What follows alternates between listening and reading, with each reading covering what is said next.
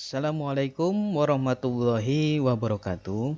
Oke, untuk video kita kali ini kita sudah mulai memasuki topik yang baru ya, yaitu mengenai sifat kelistrikan dan kemagnetan.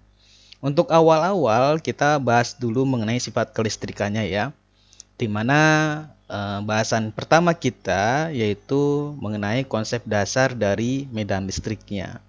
Dan untuk pembahasan medan listrik ini sendiri, saya bagi dua pembahasannya, yaitu ada medan listrik 1 sama medan listrik 2. Bedanya apa? Untuk medan listrik 1 di sini saya fokusnya untuk distribusi muatan diskrit ya, yaitu berupa seputar muatan titik di sini. Ya, jadi belum ada dimensinya ataupun ukurannya. Kita hanya berupa muatan titik. Kemudian untuk yang medan listrik 2 ya, untuk yang selanjutnya yaitu nanti berkaitan dengan distribusi muatan yang kontinu. Artinya kalau dia kontinu maka kita tidak bisa memandangnya sebagai partikel titik lagi, tapi kita harus memandangnya sebagai suatu objek tertentu ya, yang mempunyai sifat listrik atau muatan di situ. Oke ya. Jadi untuk konsep medan listrik sendiri nanti saya bagi dua seperti itu. Nah, untuk awal-awal kita bahas yang mengenai distribusi muatan diskritnya atau muatan titiknya ya.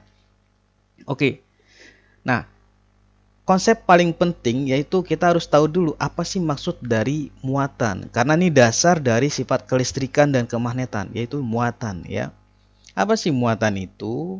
Muatan itu adalah merupakan sifat intrinsik, jadi sifat bawaan ya dari beberapa partikel elementer yang menimbulkan interaksi di antara mereka dan akibatnya menjadi kumpulan fenomena material yang digambarkan sebagai kelistrikan ya. Jadi sifat kelistrikan timbul itu karena memang adanya muatan di sini ya. Dan muatan itu adalah sifat intrinsik dari partikel elementernya. Sifat intrinsik itu kayak contoh yang sederhananya kayak massa gitu. Artinya sifat bawaan dari partikelnya ya. Kayak gitu. Oke. Muatan terjadi di alam dalam dua bentuk yang secara umum digambarkan sebagai muatan positif dan muatan negatif. Dengan tujuan untuk membedakan antara dua jenis interaksi antar partikel di sini, yaitu dua partikel yang memiliki muatan serupa, entah itu keduanya sama-sama negatif muatannya atau sama-sama positif, maka mereka akan berinteraksi dengan cara menolak satu sama lain, gitu. Jadi untuk muatan yang sama ya, dia sifatnya interaksinya akan saling tolak menolak. Kemudian dua partikel yang memiliki perbedaan muatan yaitu satu positif, satu negatif, maka interaksinya dia akan menarik satu sama lain ya. Jadi kalau berlainan tanda muatannya maka interaksinya adalah saling tarik menarik. Dan ukuran interaksi ini, besarnya interaksi ini itu ditentukan oleh hukum Coulomb yang nanti kita akan bahas selanjutnya ya. Kayak gitu. Oke. Satuan alami dari muatan negatif adalah muatan pada sebuah elektron ya. Yang mana bernilai sama tetapi efeknya berlawanan dengan muatan positifnya yaitu proton ya. Jadi memang muatan negatif itu ya berkaitan dengan elektron dan muatan positif berkaitan dengan proton. Materi berskala besar yang terdiri dari sejumlah elektron dan proton dalam jumlah yang sama ya, maka dia secara keseluruhan akan bersifat netral secara kelistrikannya ya.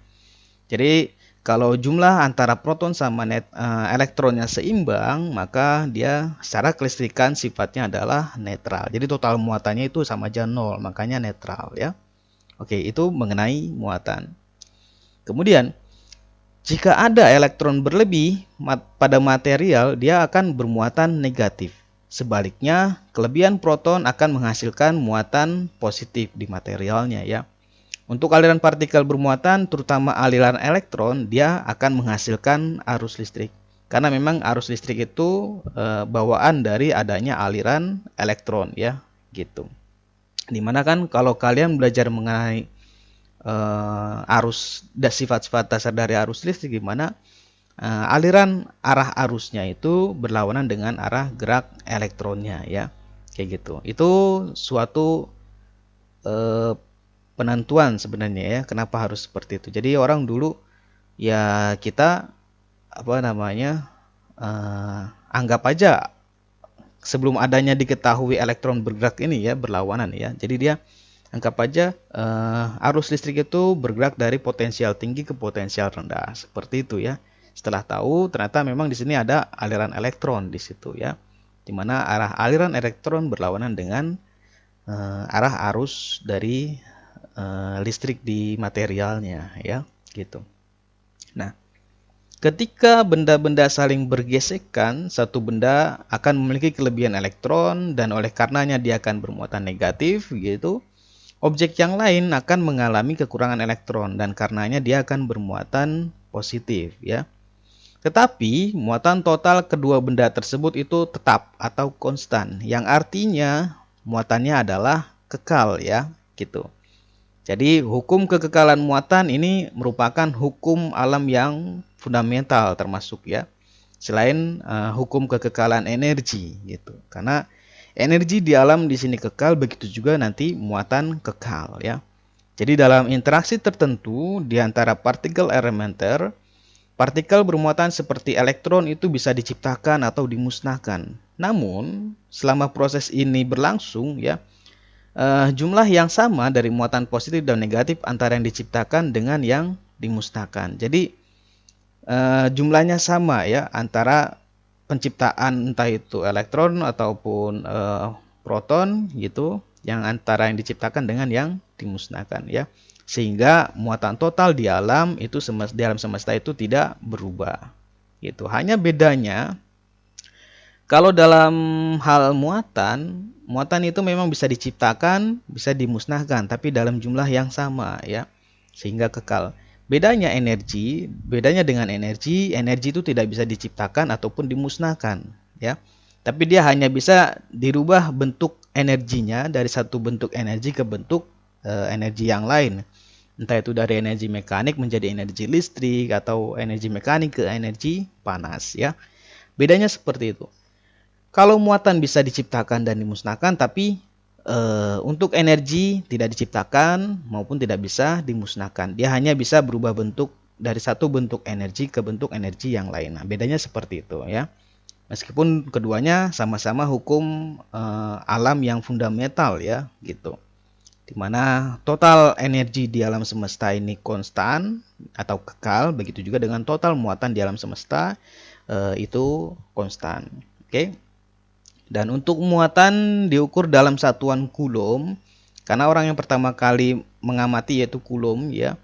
Jadi muatan pada sebuah elektron itu ukurannya adalah sebesar ini, 1,602 kali 10 pangkat min 19 kulom ya. Gitu. Oke. Oke, kemudian mengenai material yang berkaitan dengan sifat muatan, yaitu ada dua sifat material umum yang sering kita tahu ya, yaitu mengenai konduktor dan isolator. Tapi selain ada dua jenis ini, ada jenis yang lain juga ya, yang kayak seperti semikonduktor ya, kayak gitu. Tapi kita batasi mengenai dua topik bahan material yang ini aja dulu ya, yaitu mengenai konduktor sama isolator. Untuk konduktor ya, dalam banyak material seperti tembaga dan logam lainnya, itu beberapa elektron bisa bebas bergerak di sekitar materialnya. Jadi elektronnya bisa bebas bergerak di sekitar material. Nah, bahan inilah yang disebut dengan namanya konduktor ya, di mana elektronnya bisa bebas bergerak di materialnya. Jadi logam itu kita bisa bayangkan semacam lautan elektron ya, di mana dia bisa dengan mudah bebas bergerak elektronnya. Itu untuk konduktor. Pada material lain seperti kayu atau kaca, semua elektron itu terikat pada atom terdekatnya, terikat kuat tepatnya ya, terikat kuat pada atom terdekatnya dan tidak ada yang dapat bergerak bebas gitu. Bahan-bahan inilah yang disebut dengan isolator ya, gitu. Jadi tidak bisa, sifatnya itu sederhananya tidak bisa menghantarkan arus listrik, karena tadi kan arus listrik itu hasil dari adanya pergerakan elektron ya, gitu. Karena di sini elektronnya terikat kuat, maka dengan kata lain dia tidak akan bisa menghasilkan arus listrik untuk bahan isolator ya. Sedangkan konduktor dia bisa menghasilkan arus listrik gitu. Oke. Nah, di sini untuk bahan konduktor saya ambil contohnya adalah copper atau tembaga ya. Ini karakteristik dari atom tembaga ya, ada neutronnya 35, terus nomor atomnya 29, oke. Ya, ini bisa kalian baca di sini. Nah, ini untuk yang model atomnya, model atom untuk tembaga ya. Yang kita tahu di sini dalam satu atom tembaga itu terdapat 29 elektron karena nomor atomnya adalah 29. Ingat, nomor atom itu sama aja menunjukkan jumlah proton ya. Di mana jumlah proton itu sama dengan jumlah elektron untuk atom yang netral ya. Jadi di sini jumlahnya sama 29 elektron dan terikat ke inti oleh gaya elektrostatik antara elektron yang bermuatan negatif dan inti yang bermuatan positif ya. Jadi ini intinya, dan ini total ada 29 elektron yang mengitari inti atom ya di masing-masing kulit atomnya. Nah, elektron terluar yang ini, elektron valensi kita menyebutnya ya, itu terikat lemah ke inti daripada elektron terdalam, jelas karena kita belum membahas masalah gaya elektrostatik ya. Karena semakin sifatnya ya, gaya elektrostatik itu dia semakin jauh dari muatan sumbernya ya, dia akan semakin lemah gaya elektrostatiknya. Begitu juga sebaliknya, kalau dia semakin dekat jaraknya dengan muatan sumber, katakan aja kayak inti atom di sini, maka gaya elektrostatiknya dia bisa dibilang cukup besar ya, kayak gitu. Oke. Nah, ketika sejumlah besar atom tembaga digabungkan dalam sepotong logam tembaga gitu. Jadi sepotong logam tembaga bisa kita bayangkan dia kumpulan dari atom-atom tembaga ya. Maksudnya seperti itu. Dan kekuatan tarikan elektron ke inti atom itu akan menjadi berkurang karena adanya interaksi antara elektron dengan inti atom tetangganya. Jadi gaya elektrostatiknya ini enggak lagi hanya bekerja pada inti atomnya, tapi dia juga terhadap inti atom tetangganya ya. Jadi ada kayak semacam gaya gangguan di situ, sehingga gaya tarikannya ini akan lebih lemah gitu. Ya, akan berkurang karena adanya interaksi yang tadi antara elektron dengan inti atom tembaganya ya, yang tetangga, yang terdekatnya, yang sebelahnya, kayak gitu. Oke. Sehingga karena itu, satu atau lebih elektron valensi di setiap atom tidak lagi terikat pada atom. Jadi bisa aja elektron valensi ini dia akan terlepas gitu ya. Tetapi bebas bergerak di sekitar seluruh bagian logam. Seperti halnya molekul udara yang bebas bergerak di dalam ruangan ya, gitu. Jadi kita bisa bayangkan kayak semacam molekul udara yang bisa bebas bergerak di dalam ruangan. Jumlah elektron bebas ini itu bergantung pada logam tertentu, tetapi biasanya dia sekitar 1 elektron per atom. Umumnya ya, banyaknya itu sekitar 1 elektron per atom yang keluar dari atomnya ya di sini, yaitu elektron valensinya gitu. Dan elektron bebas juga yang ini disebut sebagai yang namanya elektron konduksi atau elektron terdelokalisasi. Artinya dia sudah tidak terlokalisasi lagi tempatnya ya. Jadi sudah bebas bergerak gitu. Oke. Untuk sebuah atom yang elektronnya dilepaskan atau ditambahkan, dia akan memberikan total muatan pada atom yang disebut dengan ion. Yang kita tahu kan ion itu ada ion positif, ada ion negatif ya, karena memang ada elektron yang dilepas atau ditambahkan. Kalau elektron ditambahkan di atom, maka si atomnya akan menjadi ion negatif ya, kalau dia ada ketambahan elektron. Tapi kalau dia ada kekurangan elektron, ada elektron yang dilepas dari atomnya, maka si atom tadi berubah menjadi ion negatif, ion positif, karena dia kekurangan elektron ya, gitu. Jadi untuk logam tembaga, ion tembaga itu tersusun dalam susunan teratur yang disebut kisi. Jadi kalau kita bayangkan kisi itu kayak semacam sudut-sudut kubus gitu ya. Itu isinya di situ adalah ion-ion tembaga di situ. Dan sebuah konduktor yang bersifat netral jika untuk setiap ion kisi yang bermuatan positif, yaitu plus E, ada terdapat elektron bebas yang bermuatan negatif. Jadi secara keseluruhan total muatannya itu bernilai 0 atau netral ya. Itu untuk yang berkaitan dengan konduktor yang bersifat netral. Oke. Nah, Kemudian untuk proses pemberian muatan atau kita mengenalnya induksi muatan, dan muatan yang dihasilkan ini disebutnya muatan induksi ya. Ini proses pemberian muatan atau induksi muatan. Sederhananya seperti ini, ada 3 langkah ya. Yaitu kita bisa tempatkan suatu batang logam yang telah bermuatan, di sini diberi muatan positif ya. Kemudian kita dekatkan ke 2 buah bola konduktor di sini ya, yang netral, tapi dia bersentuhan, sehingga ketika kita dekatkan batang muatan positif ini ke 2 bola konduktor yang bersentuhan ini, maka nanti yang muatan elektron itu muatan negatifnya akan ketarik ke sebelah kiri ya, sebelah sini, karena sifatnya kan muatan positif akan menarik muatan negatif ya, kan sifatnya kan saling tarik menarik untuk muatan yang berbeda gitu, sehingga muatan yang di dekat batang positif ini dia akan bermuatan negatif. Nah, karena dia sudah bergerak muatan negatifnya ke arah kiri di sini, maka sisanya nanti yang sebelah sini jadi bermuatan positif ya, gitu. Karena dia sifatnya akan menolak muatan positif di sini. Oke. Nah, setelah itu jika bola ini kita pisahkan sebelum batang bermuatan positif ini kita hilangkan gitu ya, maka kedua bola akan tetap mempertahankan muatan induksi masing-masing yang nilainya sama dan berlawanan ya, yang satu negatif, yang satu positif ya. Jadi tanpa menghilangkan batang logamnya dulu nih ya, gitu. Nah, setelah seperti ini baru ketika kita hilangkan atau kita jauhkan batang muatan positifnya ini, maka bola konduktornya nanti akan tetap ada muatan induksinya, yaitu masing-masing nanti bermuatan negatif, yang satu bermuatan positif ya, kayak gitu.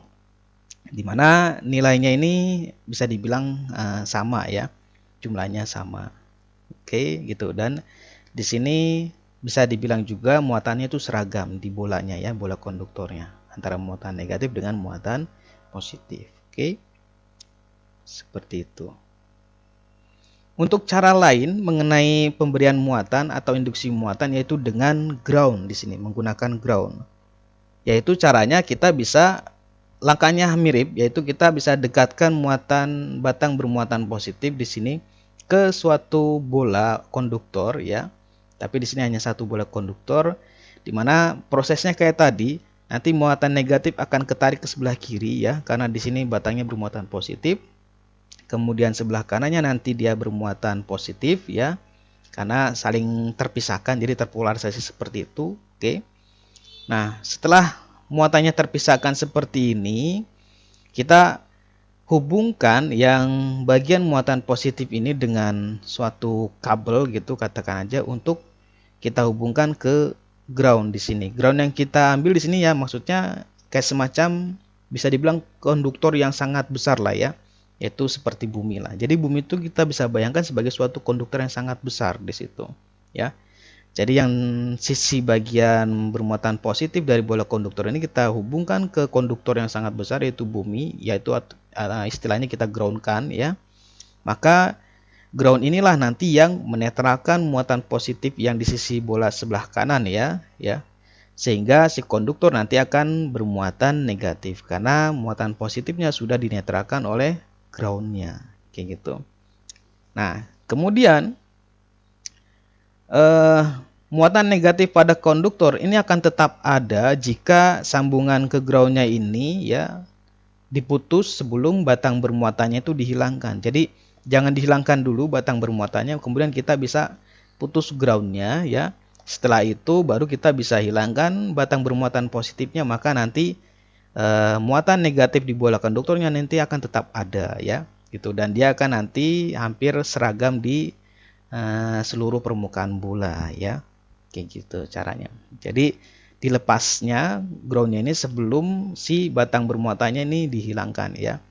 Jadi masih ada batang bermuatannya, ketika kita putus groundnya maka nanti bola akan tetap mempertahankan muatan induksinya ya, gitu. Karena tadi muatan positifnya sudah dinetralkan oleh groundnya ya. Itu cara untuk pemberian muatan atau induksi muatan. Oke. Nah, sekarang untuk perhitungannya atau kuantitatifnya ya. Jadi ukuran mengenai interaksi antara dua muatan tadi ya, yaitu dari konsep hukum Coulomb di sini. Untuk hukum Coulomb sendiri dia menyatakan bahwa gaya yang diberikan oleh satu muatan titik ke muatan titik yang lain ya itu bekerja di sepanjang garis antar muatan. Seperti ini, bekerja di sepanjang garis antar muatan dan gaya ini bervariasi secara terbalik sebagai kuadrat jaraknya. Jadi sebagai kuadrat jarak yang memisahkan muatan tadi. Jadi berbanding terbalik dengan kuadrat jaraknya ya, yaitu jarak pisah antara kedua muatan. Dan sebanding dengan perkalian muatan ya. Jadi di sini nilainya adalah Q1 kali Q2 karena dibilangnya sebanding dengan perkalian muatan dan berbanding terbalik dengan kuadrat jaraknya ya, L kuadrat gitu. Dan gaya tolakan terjadi jika muatan memiliki tanda yang sama dan tarik-menarik jika muatan memiliki tanda berlawanan ya. Jadi konstanta kesebandingan di sini mengenai gaya Coulomb ini yaitu ada nilainya K ya. Jadi K ini nanti disebutnya dengan konstanta Coulomb yang nilainya adalah ini ya. 8,99 dikali 10 pangkat 9 Newton meter persegi per Coulomb kuadrat ya. Gitu. Jadi besaran vektor bentuknya seperti ini karena gaya itu kan merupakan besaran vektor ya. Yaitu K, Q1, Q2 per R12 kuadrat artinya jarak antara muatan 1 dengan muatan 2 dikalikan dengan vektor arahnya yaitu vektor arahnya dari Q1 ke Q2. Artinya dari yang memberikan gaya ke yang dikenai gaya di sini ya, yaitu dari Q1 ke Q2. Jadi Q1-nya sebagai sumbernya, Q2-nya adalah yang dikenai gayanya tadi ya. Kayak gitu. Dan ini untuk besar gaya Coulomb-nya ya. Gitu. Jadi hanya berkaitan dengan besaran-besaran dari jarak, muatan dan juga perkalian dengan konstanta Coulomb. Oke. Dan rumusan ini itu didapat dari hasil eksperimen yang dilakukan oleh Coulomb ya. Jadi memang ada beberapa rumusan dalam fisika itu yang bisa merupakan hasil dari pengamatan atau eksperimen ya. Bisa juga dari hasil penurunan rumus, biasanya kan seperti itu. Bahkan ada juga yang gabungan keduanya ya, kita menyebutnya sebagai semi empiris ya, yaitu gabungan antara perhitungan teoretik dengan hasil eksperimen gitu. Oke. Nah, kemudian mengenai gaya listrik ini ya, yang diberikan oleh satu muatan ke muatan lainnya itu merupakan sebuah contoh suatu aksi dari gaya pada suatu jarak ya. Jadi mirip dengan gaya gravitasi yang diberikan oleh satu massa ke massa yang lainnya. Nah, ide aksi atau gaya pada suatu jarak ini dia menghadirkan suatu tantangan konseptual yang sulit gitu. Karena kan kita taunya ya kalau gaya diberikan langsung kepada bendanya secara kontak langsung gitu ya, kan jelas di situ dia pasti akan bergerak ya. Nah, ini tidak ada kontak langsung ya, tapi tiba-tiba muatan itu bergerak gitu. Makanya kita perlu suatu pemahaman yang baru mengenai gaya pada suatu jarak ini gitu ya. Jadi ada beberapa hal yang menjadi pertanyaan di sini, kok bisa gitu? Suatu muatan berinteraksi pada jarak tertentu di mana dia itu tanpa memberikan gaya secara langsung si muatannya bisa bergerak gitu ya. Jadi ada beberapa pertanyaan seperti mekanisme apa yang membuat satu partikel dapat mengerahkan gaya pada partikel lain melintasi ruang kosong di antara partikel ini gitu ya. Kemudian misalkan kumpulan partikel bermuatan itu ditempatkan di beberapa titik ya yang tiba-tiba bergerak gitu. Apakah gaya yang diberikan pada partikel kedua pada jarak tertentu berubah dengan cepat gitu kan? Jadi besarnya seperti apa gitu. Nah, maka untuk mengatasi berbagai persoalan gaya pada suatu jarak ini ya, maka kita mengenalkan di sini yang namanya konsep medan listrik ya. Gitu. Nah, apa itu medan listrik? Jadi medan listrik itu sebenarnya sesuatu yang mengisi ruang ya, yang di mana medan listrik inilah yang akan memberikan gaya pada muatan lain di sekitarnya gitu ya. Jadi sebenarnya kita bisa gambarkan bahwa untuk satu muatan titik itu bisa menghasilkan medan listrik E dimanapun arahnya dalam ruang ya. Ini 3 dimensi nih, dia arahnya ke seluruh ruang satu muatan di situ. Dan medan listrik inilah yang memberikan gaya pada muatan kedua. Jadi medan listrik E di lokasi muatan kedua yang memberikan gaya padanya, bukan muatan pertama itu sendiri ya yang jaraknya agak jauh gitu. Jadi karena adanya medan listriknya ini gitu ya. Jadi medan listrik inilah yang bertanggung jawab mengenai adanya pergerakan pada muatan yang lain di sekitar muatan titik yang ini gitu. Oke. Nah, sekarang perhatikan sekumpulan muatan titik di sini ada Q1, Q2 sama Q3 ya yang disusun sembarang dalam ruang. Ketiga muatan ini menghasilkan medan listrik pastinya di seluruh ruang karena kan prinsipnya satu muatan titik itu akan selalu memberikan medan listrik atau menghasilkan medan listrik di sekitarnya ya dan arahnya kemanapun itu dimanapun. Jadi baik itu Q1, Q2 maupun Q3 ini masing-masing dia memberikan medan listrik di seluruh ruang.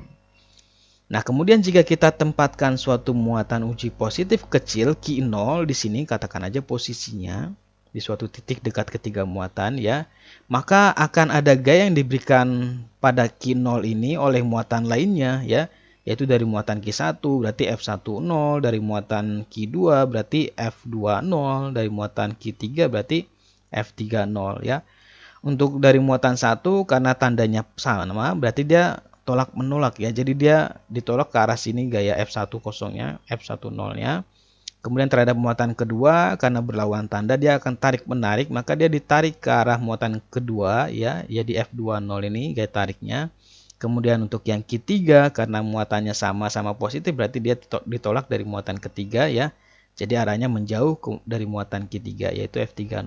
Inilah arah gaya dari masing-masing muatan yang ada di situ dari Q1, Q2, Q3 ya yang bekerja pada muatan uji kita Q0 di sini. Oke. Nah, karena masing-masing gaya ini sebanding dengan Q0, tadi kan rumusnya kan perkalian antara dua muatan ya. Jadi udah pasti ini masing-masing gayanya ini berkaitan dengan Q0 nih, sebanding dengan Q0. Maka total gaya yang bekerja juga demikian pastinya. Jadi resultan gaya dari F10, F20, F30 yaitu yang ini katakan aja, maka ini pun pasti dia sebanding dengan Q0 gitu. Ya. Jadi untuk medan listrik E pada titik ini yaitu titik di muatan Q0 adalah resultan gaya yang dibagi dengan Q0-nya. Nah, inilah rumusan untuk mengenai medan listriknya ya. Jadi medan listrik sendiri E sama dengan F per Q0. Yaitu resultan gaya dibagi dengan muatan ujinya. Di mana muatan uji ini nilainya sangat kecil gitu. Kenapa sangat kecil? Yaitu karena supaya tidak mempengaruhi muatan yang lain di sini ya. Gitu. Memang ada pengaruhnya karena kan setiap partikel bermuatan pasti kan memberikan gaya satu sama lain ya gitu. Makanya di sini Q0-nya harus kecil mungkin sehingga gaya yang diberikan ke muatan yang lain itu bisa diabaikan. Itu sehingga kita bisa mengukur besar medan listrik pada titik ini ya. Kayak gitu. Oke. Nah, kemudian satuan SI dari medan listrik yaitu adalah Newton per Coulomb karena tadi kan F per Q0 ya. F satuannya adalah Newton, Q itu adalah satuannya Coulomb. Selain itu, dari gambar di samping ini, ya, muatan uji itu akan memberikan gaya pada setiap muatan titik lainnya. Tadi yang seperti saya bilang, jadi muatan Q0 pun dia akan memberikan gaya pada yang lain gitu. Selain ketiga muatan ini memberikan gaya pada Q0, ya begitu juga dengan Q0 akan memberikan gaya pada muatan di sekitarnya, ya. Nah, karena gaya-gaya pada muatan lain dapat menyebabkan beberapa muatan lainnya bergerak nih ya, Q1, Q2, Q3 bisa bergerak gitu. Maka untuk muatan uji haruslah sangat kecil gitu. Memang tujuannya untuk mengurangi gaya yang diberikan pada muatan sekitarnya ya, sehingga gaya yang diberikan pada muatan lainnya dapat kita abaikan di situ. Makanya kita bisa mengukur besar medan listriknya ya, yaitu resultan gaya yang diterima oleh Q0 dibagi dengan Q0-nya, muatan ujinya ya. Jadi medan listrik karena satu muatan titik dapat dihitung dari hukum Coulomb ya dengan rumusan yang tadi yang kita bahas sebelumnya. Jadi dengan meninjau sebuah muatan uji positif kecil Q0 di sini, muatan uji Q0 di sini ya. Di satu titik P, katakan aja di titik di sini, titik P pada jarak sejauh RIP dari muatan QI, ini katakan aja muatan sumbernya, ya. Dan titik di mana kita ingin mengukur medan listriknya disebutnya titik medan, ya, titik medan P. Di sini titik P. Inilah letak titik muatan uji kita, gitu maksudnya. Maka gaya pada muatan Q0 di sini ya nilainya adalah F sama dengan K QI kali Q0 per RIP kuadrat, ya. QI dikali Q0 per RIP kuadrat. Nah, maka besar medan listrik di titik P ini karena muatan sumber QI di sini yang gak lain adalah K dikalikan QI per RIP kuadrat. Jadi ini bentuk lainnya dari definisi medan listrik, yaitu berkaitan dengan QI, di mana QI ini adalah muatan sumbernya, ya, gitu. Jadi dengan kata lain memang medan listrik ini dihasilkan dari muatan titik sumbernya, yaitu QI. Kalau yang tadi kan berkaitan dengan muatan ujinya, ya, gitu. Kalau berkaitan dengan muatan sumbernya, yaitu berarti yang ini, ya. Oke. Nah, kemudian mengenai dipol listrik. Apa sih dipol listrik itu? Jadi suatu sistem dengan muatan Q yang sama dan berlawanan. Di sini contohnya ada minus Q sama plus Q, ya. Dipisahkan oleh jarak yang kecil. Jadi jaraknya nggak lebar-lebar banget gitu.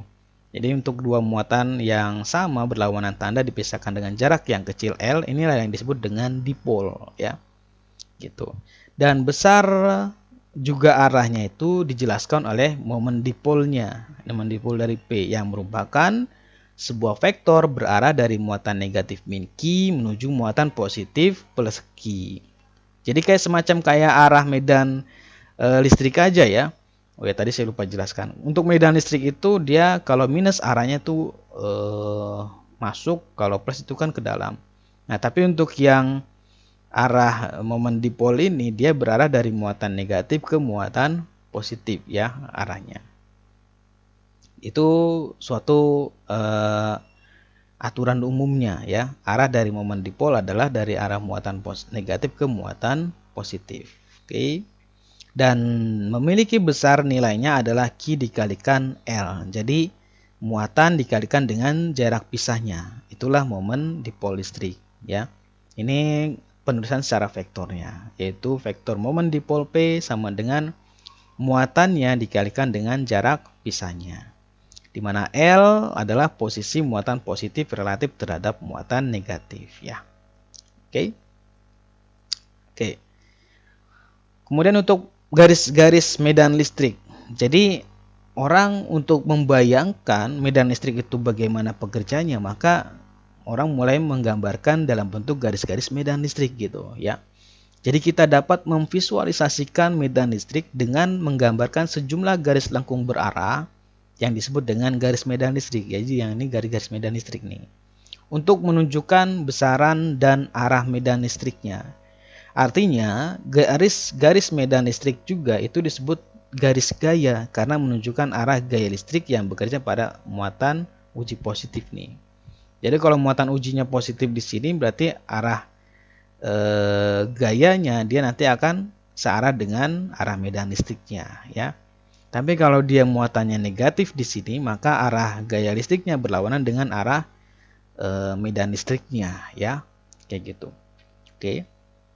Nah, gambar di samping ini juga menunjukkan garis medan listrik dari satu muatan titik positif, ya, yang arahnya menyebar keluar dia, dan jarak antara garis berkaitan dengan kuatnya medan listrik nih. Artinya, kalau di yang dekat sumber muatan plus di sini muatan positif ini kan dia garisnya agak rapet, ya. Artinya di sini berarti gaya ini cukup besar. Semakin jauh dari muatannya, kita lihat garis-garisnya makin renggang kan? Berarti gayanya makin lemah di sini, gitu. Jadi ukuran kekuatan gayanya dilihat dari kerapatan garis-garis medan listriknya di sini, ya, gitu. Jadi saat kita menjauh dari muatan, maka medannya menjadi lebih lemah dan garis-garisnya menjadi lebih berjauhan, ya, begitu. Oke. Garis medan listrik yang sama itu juga ditunjukkan oleh potongan benang. Jadi ini ada kumpulan selai benang di sini, ya, yang tersuspensi dalam minyak. Artinya tersuspensi itu dia terikat dengan minyak di sini, ya. Nempel lah gampangnya. Nah, kemudian medan listrik benda bermuatan di tengah ini jadi dikasihkan suatu konduktor listrik lah, katakan aja di sini ya. Nah, dari sini dia akan menginduksi muatan yang berlawanan di setiap potong benangnya ini gitu. Sehingga dia akan benangnya ini sejajar dengan medannya gitu. Makanya dia akan terbentuk garis-garis seperti ini ya, benang-benangnya itu. Oke. Gitu. Ini untuk yang kita nggak tahu memang ini arah muatannya apa, muatannya positif atau negatif nggak jelas juga ya. Tapi dia sifatnya itu menyebar keluar. Tapi untuk muatan positif kita gambarkan dia arahnya menyebar keluar. Kalau muatan negatif dia arahnya masuk ke dalam ya, masuk ke muatan negatif. Oke, itu untuk satu muatan titik. Bagaimana dengan dua buah muatan titik yang nilai muatannya sama ya? Jadi gambar di atas ini menunjukkan garis medan listrik antara dua muatan titik positif yang sama Q yang dipisahkan oleh jarak yang kecil ya. Ini gambarnya seperti ini. Nah, di dekat setiap muatan titik ini, medan listrik yang dirasakan hampir disebabkan oleh muatan itu saja. Jadi, kalau kita fokus di dekat muatan titik ini ya gayanya atau medan listriknya hanya dirasakan oleh muatan titik ini aja. Memang ada dari sini tapi kan nilainya bisa diabaikan karena jaraknya kan lebih besar ketimbang ke muatan yang di sini ya gitu. Jadi hal ini karena besarnya medan dari muatan satu titik sangat besar pada titik yang sangat dekat dengan muatan ya. Dan juga karena jarak muatan kedua kan relatif jauh. Jadi bisa kita abaikan gitu. Nah, kita bisa lihat juga bahwa kerapatan garis medan di daerah antara dua muatan ini itu nilainya lebih kecil dibandingkan dengan kerapatan garis di daerah sebelah kiri ataupun kanan. Kita lihat nih yang ini. Yang di antara dua buah muatan ini itu kerapatannya dia lebih renggang ketimbang yang di sebelah kanan ya, gitu. Kerapatannya dia lebih kecil dibandingkan dengan kerapatan garis yang di sebelah kiri ataupun sebelah kanan. Hal ini menunjukkan bahwa besarnya medan listrik di daerah antara muatan itu lebih lemah ya. Ini untuk muatan yang positif nih. Jadi di antara dua muatan ini itu justru gayanya lebih lemah ketimbang yang di sebelah kanan maupun di sebelah kiri di sini. Gitu. Oke. Ya, ini untuk dua buah muatan yang berlawanan. Lalu bagaimana dengan dua buah muatan yang tadi untuk dua buah muatan yang sama tandanya ya. Nah, untuk yang muatan berlawanan tanda ya seperti ini.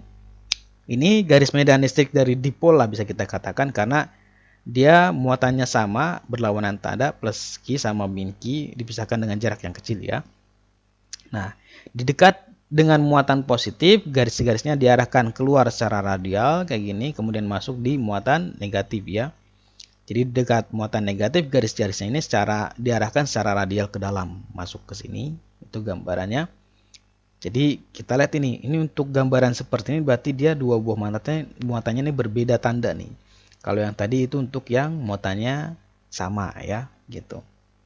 Nah, karena besar muatan sama, maka jumlah garis yang dimulai dari muatan positif ini itu sama dengan jumlah yang masuk atau yang berakhir pada muatan negatifnya. Dalam hal ini, medan yang dirasakan itu lebih kuat di daerah antar muatan nih. Karena kita lihat dia kerapatan garisnya ini lebih rapat dibandingkan sebelah kanan maupun sebelah kiri ya, gitu. Jadi yang ditunjukkan dengan tingginya kerapatan garis medan di daerah tersebut nih, di antara dua muatan ini nih. Kerapatan garisnya lebih tinggi ketimbang yang daerah sebelah kiri ataupun sebelah kanan. Ya, gitu. Ini untuk yang antara dua buah muatan berbeda tanda ya. Nah, untuk yang sebelah kanan di sini, gambar di samping ini menunjukkan garis medan listrik untuk muatan negatif min Q sama muatan positif plus 2Q. Nah, beda muatan di sini. Yang satunya dua kalinya, yang satunya hanya Q gitu. Tapi tandanya berlawanan ya. Nah, garis yang berasal dari muatan positif jelas dua kali lebih banyak daripada yang berakhir pada muatan negatif karena muatan dua kalinya dibandingkan dengan yang di sini. Jadi jumlah garis yang keluar di sini pasti dua kalinya dibanding yang masuk ke muatan negatif ya. Dengan demikian, separuh garis yang berasal dari muatan positif 2Q itu pasti akan masuk atau berakhir pada muatan negatif nih. Kemudian separuh garis lainnya itu yang berasal dari muatan positif itu akan terus berlanjut tanpa batas dia. Jadi setengahnya masuk ke muatan negatif, setengahnya lagi ya keluar terus dia gitu tanpa batas. Untuk kasus jarak yang sangat jauh dari muatan, jadi kalau kita melihat dua muatan ini, satu sistem muatan ini ya, nanti garis-garis medannya itu mendekati simetris dan mengarah keluar secara radial dari satu titik. Seperti halnya kayak semacam untuk satu muatan titik positif plus Q. Jadi kalau melihat sistem dua muatan ini, 2Q sama min Q ini dari jarak yang jauh ya, dia akan nanti seolah-olah terbentuk satu muatan titik positif. Karena total muatannya plus 2Q sama min Q. Dijumlahkan jadinya plus Q ya. Gitu. Yang arahnya dia simetris ke arah luar. Kalau kita melihatnya dari jarak yang sangat jauh gitu ya. Oke, dibanding dengan jarak pisah mereka gitu. Jadi seolah-olah yang tadinya dua muatan ini seolah-olah menjadi satu muatan titik ya. Oke. Nah, kemudian untuk gerak muatan dalam medan listrik. Karena kan medan listrik kan tadi mempengaruhi muatan. Kemudian bagaimana kalau muatannya bergerak gitu ya. Nah, untuk medan listrik yang seragam, dia dapat memberikan gaya pada satu partikel bermuatan, juga dapat memberikan torsi dan gaya total pada dipol listriknya. Jadi, untuk partikel bermuatan dia pasti akan memberikan gaya medan listrik yang seragam ini. Tapi untuk dipol dia akan memberikan torsi. Selain memberikan gaya, juga memberikan torsi ya pada dipol listrik. Nanti kita bahas mengenai dipol listriknya. Nah, untuk yang sebuah partikel yang memiliki muatan Q ditempatkan di dalam suatu medan listrik E gitu ya, maka muatan tersebut akan mengalami gaya yang nilainya adalah Q dikali E. Tadi kan hubungannya F itu kan sama dengan E itu sama dengan F per Q ya, makanya F itu sama dengan Q dikali E. Jadi muatan ujinya, jadi ini semacam muatan uji kita, muatan ujinya dikali dengan medan listriknya. Jika gaya listrik adalah satu-satunya gaya yang bekerja pada partikel, maka partikel akan mengalami percepatan karena ada gaya ini listrik yang di sini ya. Jadi nilai percepatannya adalah F per M, di mana F-nya itu hanya ada Q dikali E, QE per M. Kalau gaya yang bekerja hanya gaya listrik ya. Nah, di mana M adalah massa partikelnya. Jika partikelnya adalah elektron ya, maka kecepatannya dalam medan listrik seringkali merupakan pecahan yang signifikan dari kecepatan cahaya. Jadi sekian kali kecepatan cahaya bisa dibilang kalau untuk elektron ya. Jadi cukup tinggi kecepatannya. Dalam kasus seperti itu maka hukum gerak Newton harus dimodifikasi dengan teori relativitas khusus Einstein. Jadi kalau ordenya mendekati orde kecepatan cahaya, maka kita nggak bisa lagi pakai hukum gerak Newton, tapi kita pakai hukum teori relativitas khusus Einstein ya. Jika medan listriknya diketahui nih E-nya ya, rasio muatan massa partikel dapat ditentukan dari percepatan yang diukur ya. Jadi misalkan kalau dalam suatu eksperimen kita sudah setting medan listriknya sekian, kita tembakan muatan gitu ya, dan kita ukur percepatannya, maka kalau yang bekerja hanya gaya listriknya, maka dengan rumusan ini kita bisa peroleh nilai rasio dari muatan per masanya. Dan orang yang sudah melakukan ini adalah yaitu Thomson dia. J.J. Thomson ini menggunakan defleksi elektron dalam medan listrik yang seragam ya pada tahun 1897 untuk mendemonstrasikan keberadaan elektron dan untuk mengukur rasio muatan terhadap masanya gitu. Jadi dengan rumus sederhana seperti ini ya. Gitu ya, simple. Oke. Nah, berkaitan dengan dipol, kalau dipol dalam suatu medan listrik, jadi dalam beberapa molekul ya, ada yang memiliki momen dipol permanen karena distribusi muatan yang tidak seragam di dalam molekul nih. Contohnya kayak molekul HCl ataupun H2O ya. Ini dia molekul-molekul yang permanen. Ini apa namanya? Dipol listriknya. Maka molekul semacam itu disebutnya molekul polar. Karena muatan positif sama negatifnya saling terpisah ya. Jadi membentuk dipol. Ini juga sama nih, membentuk dipol. Di sini minus 2 untuk oksigen, yang H ini plus plus ya. Jadi arah dipolnya ke arah sini untuk H2O. Seperti itu. Ini disebutnya molekul polar ya. Kalau dia memiliki dipol yang permanen. Di mana dipol permanen ini dibentuk karena adanya distribusi muatan yang tidak seragam di dalam molekul. Jadi distribusi muatan negatif misalkan di sini, positifnya di sini, dia pasti akan terbentuk dipol ya. Jadi contohnya kayak HCl yang pada dasarnya adalah ion hidrogen positif ya, dengan ion klorida negatif, dia bermuatannya -E. Maka karena pusat muatan ion positif tidak sama dengan pusat muatan ion negatif nih, ini positif kan pusat muatannya kan berbeda ya. Karena dia terpisahkan pada suatu jarak, maka akan dia terbentuk momen dipol permanen.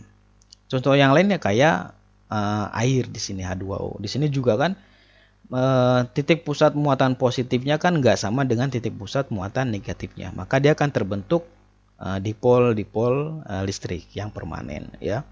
Dan ini jelas dipolnya ada dua nih arahnya, arah yang ke sini, ada yang arah ke sini. Jadi yang ini momen dipol ini itu untuk yang resultannya, resultan momen dipol dari yang hidrogen sebelah sini sama hidrogen yang sebelah sini ya. Itu untuk momen untuk molekul yang polar di mana dia punya momen dipol yang permanen. Nah, lalu bagaimana dengan interaksi medan listrik dari suatu dipol? Jadi kalau ada medan listrik luar yang seragam, dia tidak memberikan gaya total karena gaya yang bekerja pada muatan Q dengan minus Q ini udah pasti sama nih dan arahnya berlawanan ya. Jadi sebenarnya gaya totalnya itu 0 gitu. Tidak memberikan gaya total pada suatu dipol.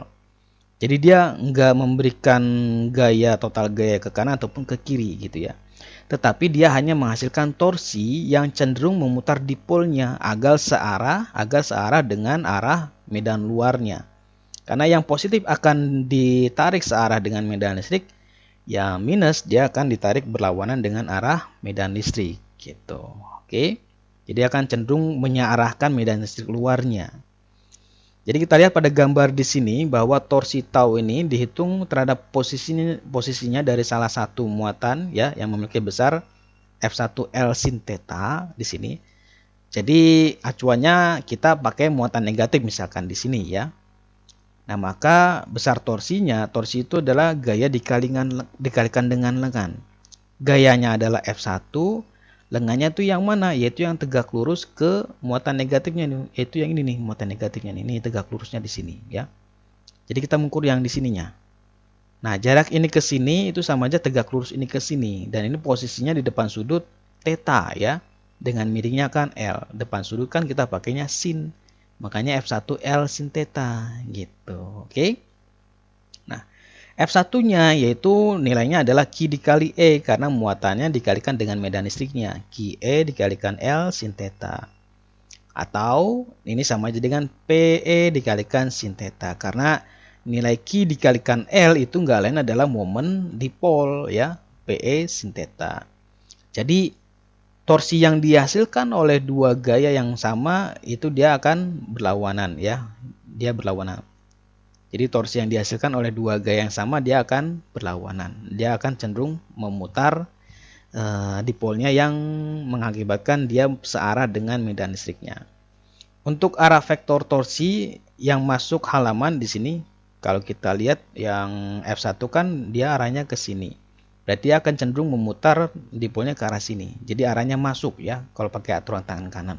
Begitu juga untuk yang negatif nih. Arah gayanya ke sini maka arah torsinya atau arah putarannya nanti ke sini. Dia cenderung masuk ke halaman arahnya ya gitu maksudnya.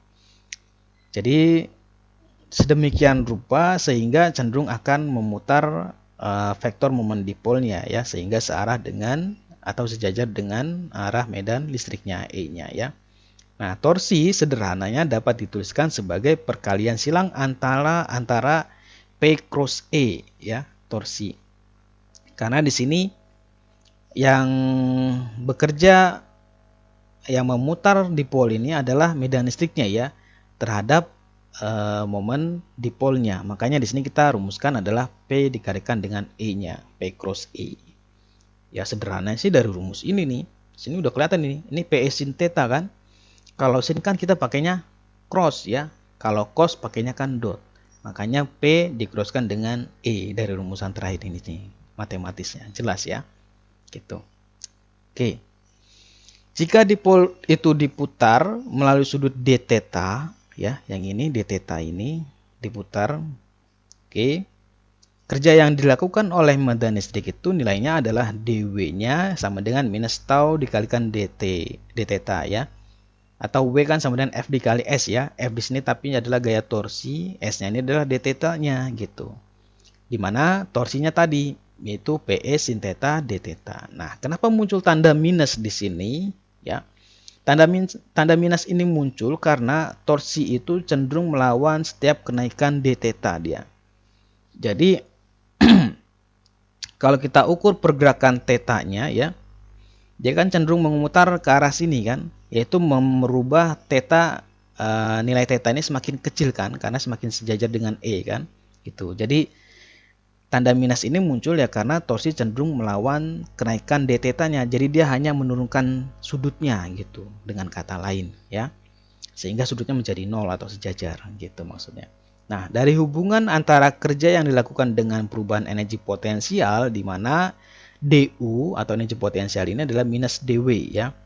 Karena konsepnya kan sebelumnya energi potensial itu cenderung menurunkan, atau kerja itu cenderung menurunkan energi potensialnya ya. DW sama dengan minus DU. Dan DW-nya itu adalah ini dikalikan dengan minus, maka nanti dapat plus di sini, plus PE sin theta d theta ya. Dari persamaan ini kita bisa integralkan langsung, maka DU jadi U, integral sin theta d theta adalah min cos. Makanya balik lagi jadi min ya, min PE cos theta ditambah konstantanya ya U0. Karena di sini berkaitan dengan fungsi potensial, maka konstantanya pun dia adalah potensial juga ya U0. Nah, jika kita pilih energi potensial U-nya menjadi 0 ketika theta-nya 90 derajat ya. Jadi acuan potensial 0 ketika theta-nya 90 derajat, yaitu keadaan awalnya nih ketika nih tegak lurus nih si momen dipolnya, karena kan cenderungnya nanti disearahkan ya gitu. Maka nilai U0 itu akan bernilai sama dengan 0, yaitu cos 90 kan 0 ya, ini 0 dan energi potensialnya 0, otomatis nanti U0-nya akan sama dengan 0. Jadi energi potensial dipolnya kita peroleh nilainya adalah minus PE cos theta. Nah, ini ada cos nih, maka sama aja dengan minus P dot E. Ini energi potensial untuk dipol yang berada di dalam medan listrik ya. Kayak gitu. Ini untuk yang medan listrik yang seragam. Nah, bagaimana dengan yang tidak seragam dan bagaimana dengan molekul yang non polar gitu ya. Jadi untuk molekul yang non polar yang tidak memiliki momen dipol permanen, namun semua molekul netral itu memiliki jumlah muatan positif dan negatif yang sama ya. Jadi dengan adanya medan listrik luar E, pusat muatan positif dan negatif akan menjadi terpisah dalam ruang gitu. Maka muatan positif akan didorong ke arah E dan muatan negatif didorong ke arah yang berlawanannya ya. Jadi muatan positif itu akan disearahkan dengan medan listriknya, tapi kalau muatan negatif nanti akan berlawanan dengan arah medan listriknya. Nah, molekul dengan demikian akan memperoleh momen dipol induksi yang sejajar dengan medan listrik luarnya yang disebut dengan terpolarisasi. Jadi untuk yang molekul nonpolar dia akan seperti itu. Meskipun dia tidak terbentuk dipol di situ ya. Tapi ketika dikasih medan listrik keluar, maka nanti akan ada kubu-kubu positif ya sama muatan negatifnya. Jadi ada muatan positif sama negatif yang saling terpisah, yang disebutnya dengan terpolarisasi ya. Dalam medan listrik yang tidak seragam, sebuah dipol akan mengalami gaya total karena medan listriknya memiliki besaran yang berbeda di pusat muatan positif dan negatif nih. Jadi antara F2 dengan F1 enggak lagi sama ya. Maka dia nanti akan ada gaya total di sini, ada resultan gaya. Nah, gambar di samping ini menunjukkan bagaimana muatan titik positif ini dia ya mempolarisasi molekul nonpolar kemudian menariknya. Dengan dimana jelas F1 itu akan lebih besar ketimbang nilai F2 nih. Karena jarak antara muatan plus dengan negatif yang ini kan lebih kecil ketimbang antara muatan positif dengan positif ya. Jadi udah pasti gaya tarik F1 akan lebih besar ketimbang gaya tolak F2. Jadi untuk yang medan listrik yang tidak seragam maka ada resultan gaya. Tapi kalau medan listriknya seragam dia tidak ada resultan gaya. Gitu. Karena ada resultan gaya, maka nanti ada pergerakan, ada percepatan ya. Artinya si dipolnya pun akan ditarik ke arah muatan positifnya ya. Kayak gitu. Oke. Nah, untuk contohnya ya, contoh yang pertama.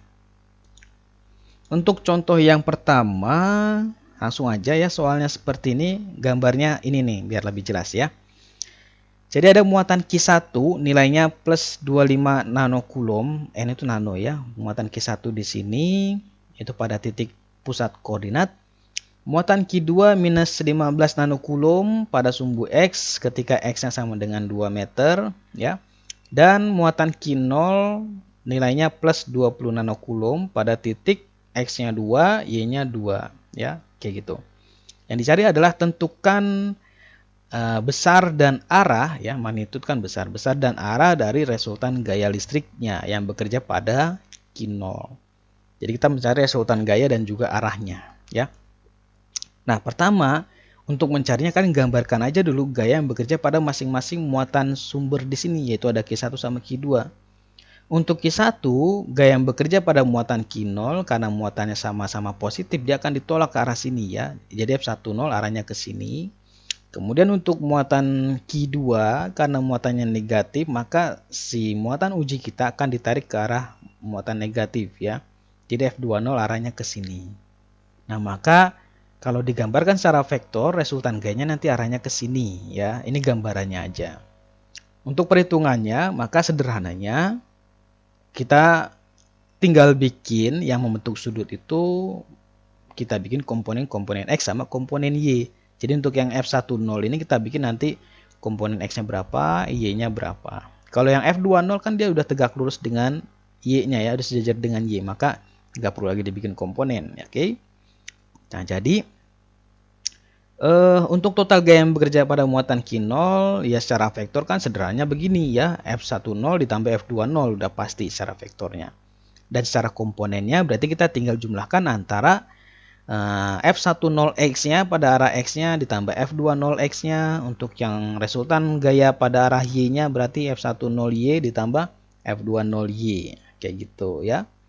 Nah, sebelum ke situ kita hitung dulu aja besar gaya yang diberikan oleh muatan Q1 pada muatan Q0, yaitu F10-nya dulu kita hitung nih. F10-nya besarnya dulu ya. Maka nilai F10 adalah K dikalikan Q1 Q0 per R10 kuadrat ya. K-nya ini, Q1-nya ini, Q0-nya ini dibagi dengan R kuadratnya ini. Oke. Tinggal dihitung seperti biasa ya, nggak ribet-ribet, maka dapat 5,62 kali 10⁻⁷ Newton. Ini untuk yang F10 nih. Ketika F10 sudah ketemu ya, maka kita siap menghitung komponennya. Untuk yang F10 karena sudutnya di sini 45 derajat, maka udah pasti nanti F10X-nya sama F10Y-nya dia akan sama. Karena sin 45 dengan cos 45 sama nilainya ya. Jadi di sini F10X sama dengan F10Y, yaitu F10 cos 45. Cos 45 kan nanti setengah akar 2 ya. Maka nanti diperoleh hasilnya seperti ini, 3,97 kali 10⁻⁷ Newton. Jadi yang F10 udah kita ketahui ya komponen-komponennya. Oke, sekarang untuk yang muatan keduanya, yaitu F20-nya. Untuk F20 karena dia langsung ke arah sumbu Y, kalian bisa langsung bikin dalam bentuk vektor seperti ini, nggak masalah ya. Atau dibikin komponen biasa dulu, F20Y nggak apa-apa juga ya. Ini saya ngikutin yang ada di buku Tipler aja. Kalau mau gampangnya ya ini anggap aja F20Y karena udah kita tahu arahnya ke arah Y ya, F20Y. Dan kenapa minus? Karena dia ke arah sumbu Y negatif gitu ya. Minus K Q2 Q0 per R20 kuadrat. Dah, substitusikan angkanya nanti dapat total gaya pada masing-masing komponennya. Nah, seperti ini. Untuk Fx-nya F10 tambah F20X, jelas F20X 0 karena nggak ada yang arah X ya. Jadi diperoleh hasilnya seperti ini untuk komponen X. Untuk komponen Y, F10Y nilainya ini, F20 nilainya ini, F20Y-nya nih. Oh, saya lupa masukin nilainya ya. Jadi kalau dihitung nanti nilainya ini ya, min 6,74 kali 10⁻⁷ Newton nih. Ya, ini yang kalau dihitung nih maksudnya. Oke, dijumlahkan, maka nanti dapatnya seperti ini ya, gitu. Ketika Fx sama Fy ketemu, maka kita bisa menghitung besar gaya total yang diberikan pada muatan Q0, yaitu ya pakai prinsip vektor aja, akar Fx kuadrat tambah Fy kuadrat. Fx-nya ini, Fy-nya ini ya.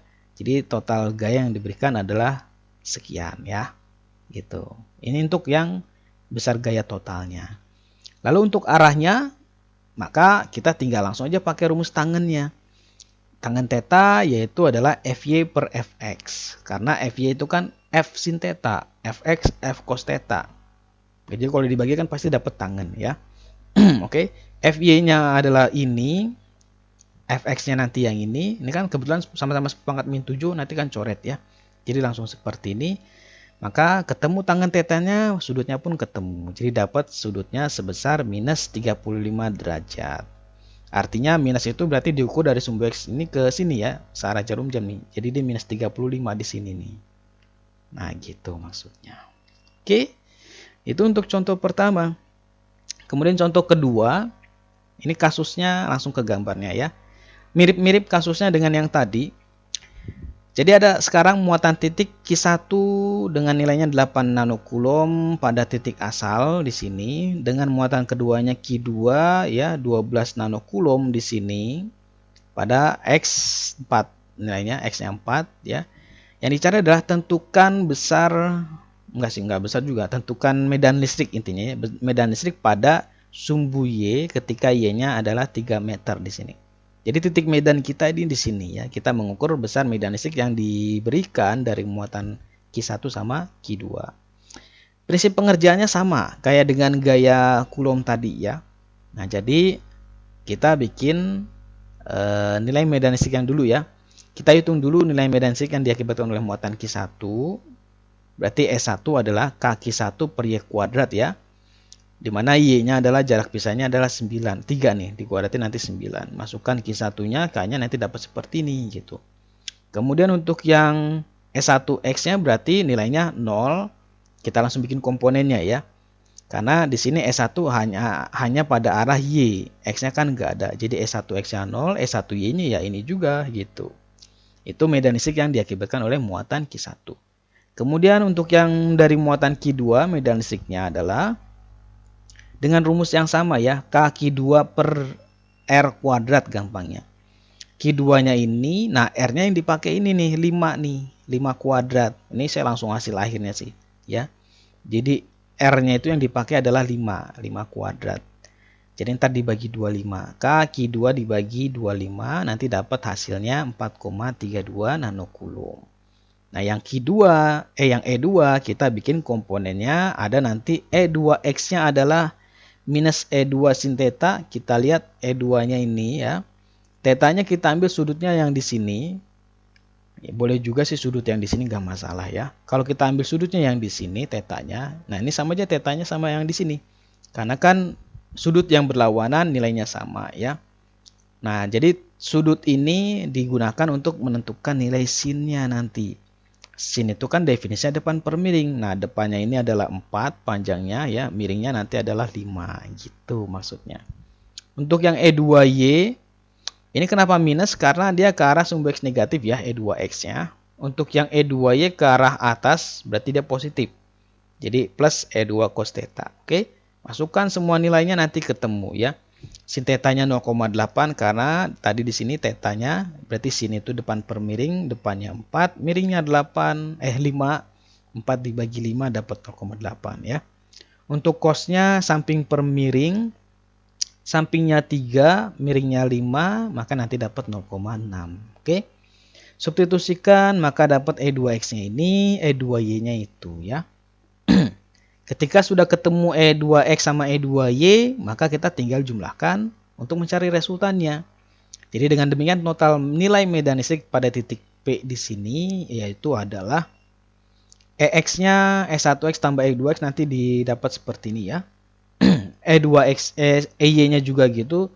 E1Y ditambah E2Y nanti dapat hasilnya ini. Maka besarnya adalah tinggal EX kuadrat ditambah EY kuadrat diakarin. Jadi dapat sekitar 11 Newton per Coulomb ya. Untuk arahnya ya mirip aja kayak tadi dengan gaya. Yaitu arkus tangan dari EY per EX. EY-nya ini, EX-nya ini ya. Nanti dapat sudutnya adalah 108 derajat. Ingat theta ini diukur dari sumbu X positif. Jadi dari sumbu X positif ke sini nih. Jadi sudut dari sini ke sini adalah 108 derajat. Ya, kayak gitu. Oke. Itu untuk contoh kedua ya. Oke, contoh yang terakhir yang ketiga ini ya, ini untuk kasus muatan yang bergerak dalam medan listrik. Gambarnya seperti ini, langsung aja nih. Nah, jadi ada sebuah elektron ya memasuki suatu medan listrik yang seragam, nilai E-nya adalah minus 2. Karena minus berarti dia ke arah bawah. Karena di sini dia minusnya ke arah J. J itu sumbu Y. Jadi ke arah sumbu Y negatif ke arah bawah. Dengan kecepatan awal V0-nya ini ya dan tegak lurus ke arah medannya, terhadap medannya, dia tegak lurus terhadap arah medannya. Jadi dia ke arah ke kanan, medan listriknya ke arah bawah ya. Nah, kemudian yang A, bandingkanlah nilai gaya gravitasi yang bekerja pada elektron dengan gaya listriknya yang bekerja pada ini. Jadi kita bandingkan antara gaya gravitasi dengan gaya listriknya ya. Kemudian yang B, berapa besar simpangannya ya? How much has the electron been deflected? Jadi seberapa besar simpangan si elektron setelah dia bergerak sejauh 1 cm dalam arah X. Jadi kalau dibikin nanti simpangannya ke arah sini nih, gitu. Kenapa ke arah sini? Karena ternyata nanti gaya listrik itu lebih besar dibanding gaya gravitasi. Itu karena dari kasus yang A, nanti kita hitung ya. Jadi kita mengukur simpangannya berapa setelah si elektron ini bergerak sejauh 1 cm pada arah X-nya, gitu. Oke, langsung aja. Yang A dibandingkan gampang ya, dimana gaya listrik adalah Q dikali E. Q-nya jelas muatan listrik, E-nya udah ada di sini ya. Maka hasilnya tinggal dikalikan. Gaya gravitasi ya M dikali G aja. Gaya gravitasi yang bekerja pada elektron, massa elektron di sini dikalikan dengan G-nya dan ternyata di sini dapatnya 3,6 kali 10 pangkat 13 ya. Jadi gaya listrik ini kalau dikalikan Fg-nya ke sini ya sekitar 3 kali 10 pangkat 13 gaya gravitasi. Berarti kan jauh lebih besar ketimbang gaya gravitasinya gitu. Makanya untuk yang skala mikroskopik seperti ini gaya gravitasi itu tidak diperhitungkan karena jauh lebih kecil nilainya ketimbang gaya listriknya ya. Gitu. Nah, jadi karena gaya listriknya jauh lebih besar ketimbang gaya gravitasi, maka dia jelas akan melengkungnya ke arah sini, bukan ke arah sini ya. Karena gaya gravitasi kan kalau dia lebih besar dia nanti arah ke sini gitu. Oke. Ya, seperti itu. Maka untuk yang B, besar pembelokan atau simpangan dari arah gerak elektron setelah bergerak pada arah sumbu X sejauh 1 cm ya, X-nya 1 cm, kita bisa gunakan dari prinsip gerak lurus berubah beraturan atau gerak parabola lah gampangnya. Karena kan ini kayak semacam ada kelengkungan ya, ada percepatan lah yang membuat dia berbelok seperti ini. Jadi untuk yang Y-nya, karena untuk yang pada arah Y jelas dia ada percepatan nih yang membuat dia akan melengkung seperti ini. Kalau yang X dia kan nanti geraknya kan konstan ya, karena kecepatannya kan sama-sama V di sini V0. Jadi untuk yang arah Y ya sama aja setengah AY dikalikan T kuadrat. Sebenarnya ada V0Y ya.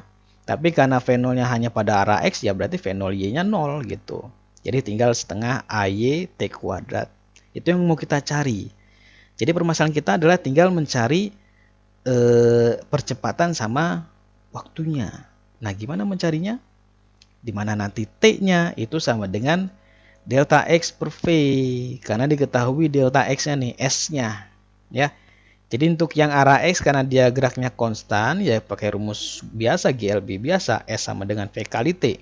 Atau di sini delta X sama dengan V dikali T ya. Jadi dari sini ketemu waktunya nih, karena delta X-nya ketemu atau X-nya diketahui 1 ya, V0-nya ini. T-nya ketemu, maka kita bisa substitusikan ya. T-nya diganti ini. Lalu untuk yang A gimana? Yaitu pakai rumus yang hukum Newtonnya. Yang sigma F sama dengan M kali A. F-nya kan hanya QE ya, E dikali A. Nanti dibagi dengan M. Dapatkan percepatannya ini ya. Gitu.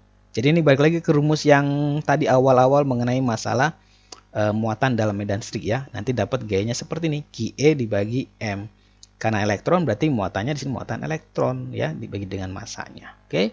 Tinggal kita masukkan angka-angkanya, semuanya sudah ada, maka akan diperoleh besar simpangannya ya. Simpangannya yaitu sekitar 1,8 cm. Jadi jarak simpangan ini ke sini itu 1,8 cm. Oke, seperti itu. Ya.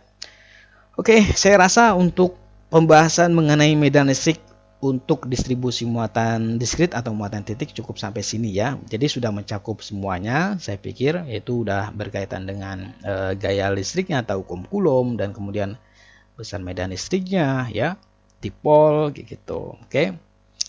Jadi untuk video kita kali ini cukup sampai sini dulu. Nanti kita akan lanjutkan mengenai pembahasan listrik yang selanjutnya ya, yaitu medan listrik untuk yang distribusi muatan kontinu sama potensialnya ya. Oke, sampai sini dulu. Kurang lebihnya saya mohon maaf. Wassalamualaikum warahmatullahi wabarakatuh.